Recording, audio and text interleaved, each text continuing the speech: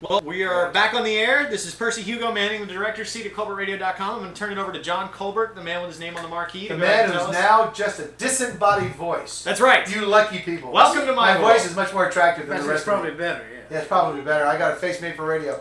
I just want to take this opportunity to thank Dr. Raymond Greenberg, president of the Medical University, Jim Fisher, and all the people who were so kind, the doctors and nurses at the Medical University who took such good care of Snodgrass. Brooke came in to visit Snodgrass, and it was. Oh, we got a problem? Oh, no, you keep going. You keep going. It's still. So I want to take this moment to personally thank those people for being so kind to my mother. Thank you very much. Thank you.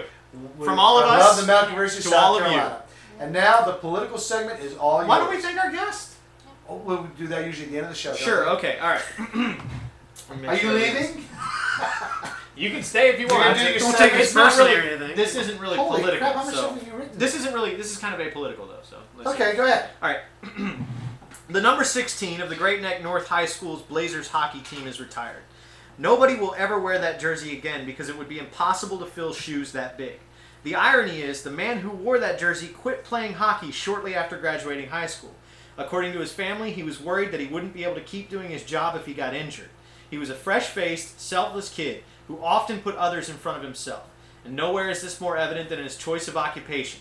The man who wore the blue and orange Blazers jersey would be sworn into the Great Neck, New York Fire Department on his 17th birthday, July 15th, 1989. He followed in his father's footsteps and joined the New York Fire Academy in 1995, while still remaining a part of the Vigilance, which is a volunteer fire department in the Long Island area of New York. A very distinct and ornate wedding ring that he wore on his left hand commemorated the occasion of his marriage to his girlfriend, Yesenia. She bore him 2 sons, Austin and Andrew. He advanced quickly through both fire departments, making it all the way up to First Assistant Chief in the Vigilance, and being assigned to Company 288 in the Fire Department of New York. His father, Lee ILP, a highly decorated firefighter himself, cited numerous times for bravery and heroism in one of the city's special operations units, Rescue 2, was very proud of his son, Jonathan. After graduating from Boston University, Thomas Stout McGinnis joined the United States Navy's Aviation Officer Candidate School. After receiving his commission, he started initial flight training and was one of the top graduates of flight school. He was assigned to Fighter Squadron 124 and learned how to fly the venerable F-14 Tomcat, the Navy's premier frontline fighter aircraft at the time.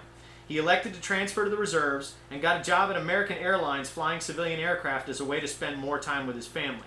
He would wake up early on his non-flying days and read his Bible so he could lead a Bible study group in his church. He would spend countless hours playing catch with his son in their New Hampshire backyard. He was by all accounts a selfless man of faith and integrity, but nevertheless a brave warrior, wholly dedicated to the virtues of his profession of arms. He never sought recognition for any of his accomplishments, but it was hard not to notice a man who stood out as elite among elites. His son, Tommy, would later follow in the footsteps of flying and of faith.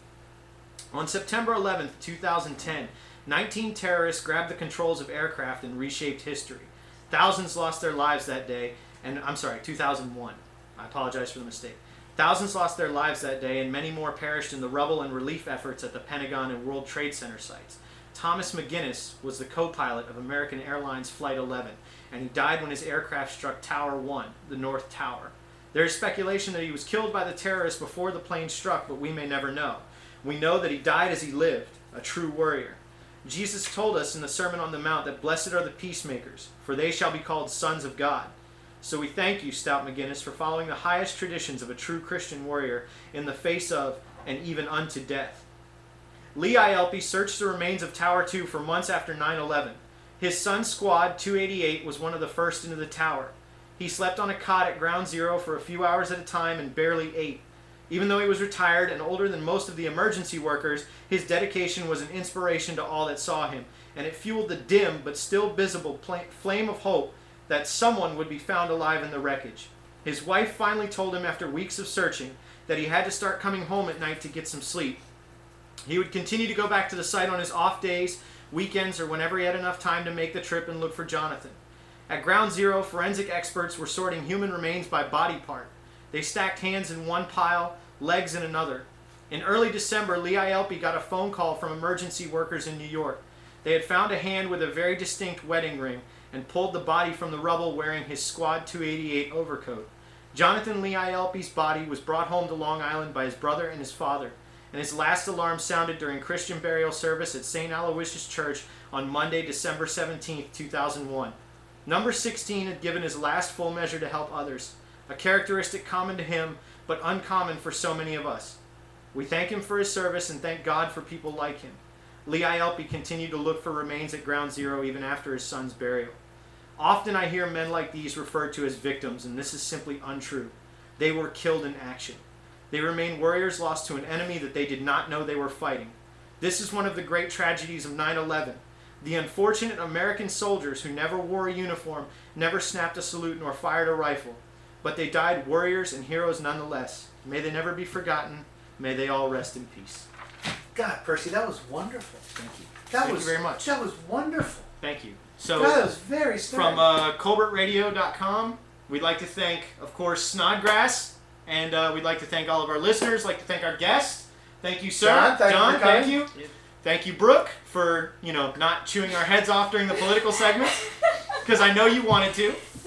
And we would have deserved it too. And we absolutely deserve it every night. We look forward to seeing you guys back here next Monday. So this is colbertradio.com signing